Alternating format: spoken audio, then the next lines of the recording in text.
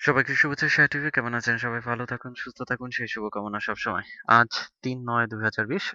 টি chart অনুযায়ী support resistance এইটা আঁকা হয়েছে। এটা কোথায় কি লিংক সেটা আমি ডিসক্রিপশনের লিংকে আপনি ওখানে পেয়ে যাবেন। আমি দিয়ে দিচ্ছি মানে R3 কোথায় R2 কোথায় এগুলো।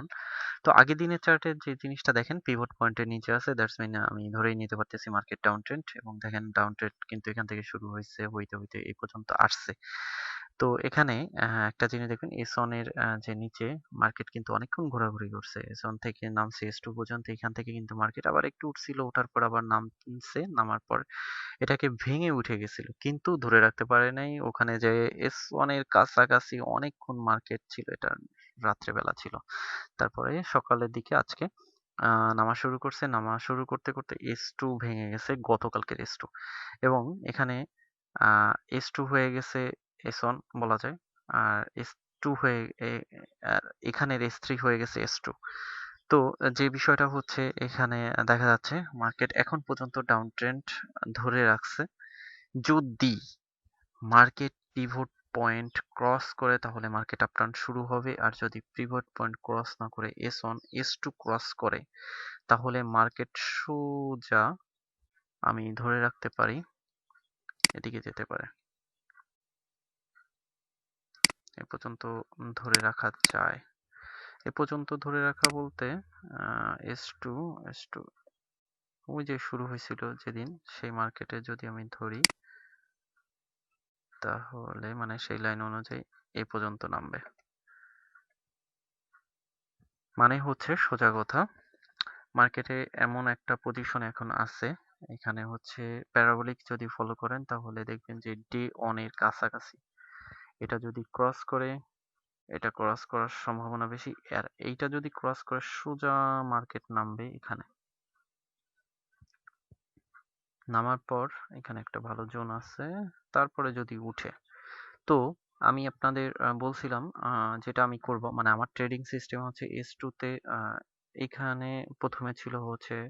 এটা না তো এটা S2 এখানে ছিল হচ্ছে মানে তখন S3 ছিল এখানে ছিল হচ্ছে স্টপ লস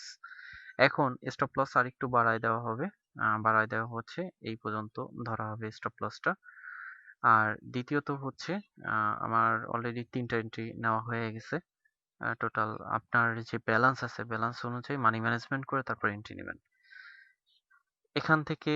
যে অবস্থানে আছে এখান থেকে আমার এন্ট্রি নেওয়া নাই আমি এখান থেকে একটা এন্ট্রি অলরেডি নিছি সেটা হচ্ছে S2 তে পড়ছিল সেই হিসাবে মানে ওই সময় নেওয়া হয়েছে তাতে এতক্ষণিক নেমে গেছে আর এখন হচ্ছে S2 এটা যদি এ পর্যন্ত নামে তাহলে এখান থেকে আরেকটা এন্ট্রি নেব বাই আমি বাইতেই থাকবো আর ডাউন ট্রেন্ড আছে ডাউনে যাওয়ার সম্ভাবনা বেশি S3 পর্যন্ত যাওয়ার সম্ভাবনা আছে তারপরে মার্কেট ব্যাক করার একটা চান্স আছে আর যদি এ পর্যন্ত না যায় যদি পিভট পয়েন্টের উপরে কারণ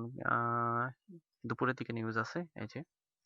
এই নিউজে যদি মার্কেট আপটার্ন হয় এবং পিভট পয়েন্টের উপর যায় তাহলে মার্কেট ধরে রাখতে পারেন যে বাই হওয়ার একটা পসিবিলিটি আছে আর নতুবা মার্কেট ডাউন হবে তো বাই সেল দুই দিকেই হচ্ছে এখন মার্কেটের মুভমেন্টটা চলতেছে সেলের দিকে একটু বেশি ইন্ডিকেটর যত ইন্ডিকেটর আছে সেগুলো বলতেছে সেলের দিকে যাওয়ার সম্ভাবনা বেশি নিউজের উপর ডিপেন্ড করবে মার্কেট কোন দিকে যাবে এবং যদি খেয়াল করেন তাহলে S1 এর এখানে আমি একটু 15 মিনিটে নিয়ে আসি আমি এখন হচ্ছে 15 মিনিটের টাইম ফ্রেম আছি এখানে দেখেন একটা জিনিস S1 এর এখানে কিন্তু মার্কেট ঘোরাফেরা করতেছে যদি এটা ভেঙে যায় তাহলে S2 ভেঙে গেলে S3 তো S3 পর্যন্তই হচ্ছে লাস্ট সীমা ধরা যাইতে পারে কারণ এখানে যদি আগের যে সাপোর্ট রেজিস্ট্যান্স আছে সেখানে কিন্তু এই জায়গাটুকু একটা ভালো মানে বলবো সাপ্লাই ডিমান্ড ক্রিয়েট করে আছে যেমন আমি যদি এখানে আঁকি জাস্ট এখান থেকে এটাকে আমি একটু করে দিই এই জায়গাটা একটা ভালো সাপ্লাই ডিমান্ড ক্রিয়েট করে আছে এটা ভেঙে গেলে মানে আরো মার্কেট নিচের দিকে যাওয়ার সম্ভাবনা চলে আসে আসলে মূলত নিউজের উপর ডিপেন্ড করে আর করোনার প্রভাব মার্কেট একটু উল্টাপাল্টাই কাজ করছে তো যে জিনিসটা আবার ইউএস এর নির্বাচনী হাওয়াও চলতেছে তো এখানে আমি যদি সাপোর্ট রেজিস্ট্যান্সেরই দেখি এখানে গতকালকে এটা সন্ধ্যার টাইমে রাতের দিকে কিন্তু মার্কেট আপ হয়েছিল হওয়ার পর ইউডির কিছু নিউজ ছিল এই সময় যার কারণে এই টাইমটায় এই মার্কেটটা কিন্তু ডাউন হয়ে যায়, ডাউন হতে হতে এই পর্যন্ত আসছে। এখন বারবারিয়াকাটা কোথায়? এখানে দুইটা পজিশন, একটা হচ্ছে বাই নেওয়ারও পসিবিলিটি আছে এবং সেল নেওয়ারও পসিবিলিটি আছে। সেল নিলে S3 পর্যন্ত ধরে রাখতে হবে, আর বাই নিলে আমরা পিভট পয়েন্ট পর্যন্ত আপাতত ধরবো, কারণ পিভট পয়েন্ট যদি ক্রস করে তাহলে উপরের দিকে ওঠার সম্ভাবনা আছে, আর যদি পিভট পয়েন্ট ক্রস না করে তাহলে আবার মার্কেট ডাউন ট্রেন্ড আবার ফেরত আসতে পারে। তো এটা হচ্ছে আমার অভিমত, এক একজনের এক এক ধরনের অভিমত। আমারটা দেখা যেতে পারে টিপিও হিট করতে পারে, এসএলও হিট করতে পারে। আমি যেভাবে ট্রেড গুলো করে থাকি, শুধুমাত্র আমি কিন্তু এই একটা পেয়ার নিয়ে বেশি ঘাটাঘাটি করে থাকি, অন্য অন্য পেয়ার নিয়ে ঘাটাঘাটি করি না, কারণ ক্যাপিটালের একটা ব্যাপার আছে, মানি ম্যানেজমেন্টের একটা ব্যাপার আছে, আর 14টা পেয়ারের ওই 14 দিকে নজর রাখতে হবে। এইগুলো মাথার মধ্যে না নিয়ে যে কোনো একটা পেয়ার নিয়ে পড়ে থাকলে ভালো, লাভ লস ওটা থেকেই আসুক। তো এখানে কিন্তু যে জিনিসটা বললাম, এখানেও একটা ভালো জোন ক্রিয়েট করছে,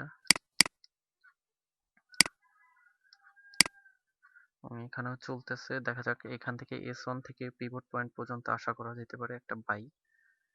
দেন পিভট পয়েন্ট ক্রস করলে একেবারে R2 ধরা যাইতে পারে। আর যদি পিভট পয়েন্ট ক্রস না করে তাহলে বাইয়ের পসিবিলিটি খুবই কম, কারণ মার্কেট আবার ডাউন ট্রেন্ড হওয়ার সম্ভাবনা, আর ডাউন ট্রেন্ড হলে S3টা ধরে রাখতে পারেন। এখন পর্যন্ত মার্কেট ডাউন ট্রেন্ডে আছে, যদি S3 পর্যন্ত যায়, S3 এখান থেকে ব্যাক হওয়ার পসিবিলিটি একটু বেশি, কারণ এখানে একটা সাপ্লাই ডিমান্ড জোন, ভালো জোন একটা ক্রিয়েট আছে। তো S2 আশা করতেছি, S1 S2 এখান থেকে মার্কেটটা ব্যাক করবে, যদিও নামে তাহলে S2 এখান থেকে মার্কেটটা ব্যাক করার আশা করা যাইতে পারে।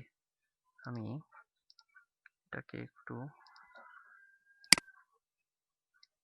এটা একটা ধরে রাখলাম, এখান থেকে আমার বাই হওয়ার পসিবিলিটি আছে এবং এখান থেকেও আমি আশা করতে পারি।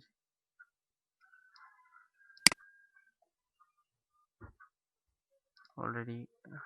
আমার এখান থেকে আমার চার্টে এন্ট্রি নেওয়া আছে বাই। এটা যদি ক্রস করে তবে হচ্ছে উপরের দিকে দেখা দিই। আর এখান থেকে সেলেরও একটা পজিশন আছে, সেটা হচ্ছে যদি এটা ক্রস করে নামে, সেই ক্ষেত্রে আমি এটাকে একটু কালার যদি চেঞ্জ করে দিই, রেড কালার, ওকে। যদি এটা ক্রস করে তাহলে এটা নামবে, এবং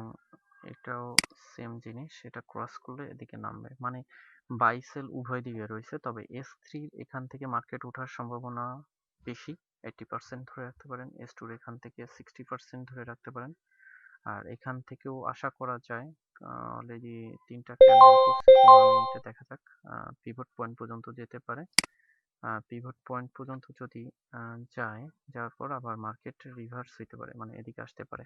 আর এটা যদি ক্রস করে উপরে উঠে যায় তাহলে মার্কেট বাই ট্রেন্ড, মানে সোজা কথা হচ্ছে এটা যদি ক্রস করে তাহলে বাইয়ের দিকে মার্কেট মুভমেন্ট নিবে, আর যদি মার্কেট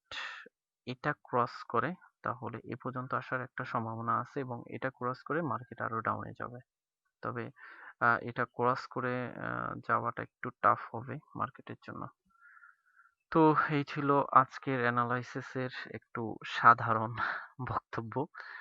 আশা করি সঙ্গে থাকবেন। মানে উইক শেষে পুরোটা নিয়ে আমরা আলোচনা করব, যে সাপোর্ট রেজিস্ট্যান্স উইক শেষে দেখলে আপনি বুঝতে পারবেন যে এটা আসলে মূলত কিভাবে কাজ করছে, এবং সাপোর্ট রেজিস্ট্যান্সটা কিভাবে কাজ করে, এবং কোথা থেকে কিভাবে এন্ট্রিটা নেওয়া উচিত ছিল এবং উচিত হবে। তো অলরেডি কিন্তু টুকটাক করে প্রফিট নেওয়া হচ্ছে, একেবারেই না। তো ভালো থাকবেন, সুস্থ থাকবেন, সেই দোয়া রইল। আর যারা আমার চ্যানেলের সাথে আছেন তাদের অসংখ্য ধন্যবাদ, যারা চ্যানেলের সাথে নাই তারা সাবস্ক্রাইব করে সাথে বেল আইকনটা বাজিয়ে নেবেন, পরবর্তী ভিডিও নোটিফিকেশনের মাধ্যমে সাথে সাথে পেয়ে যাবেন সেজন্য। তো আল্লাহ হাফেজ।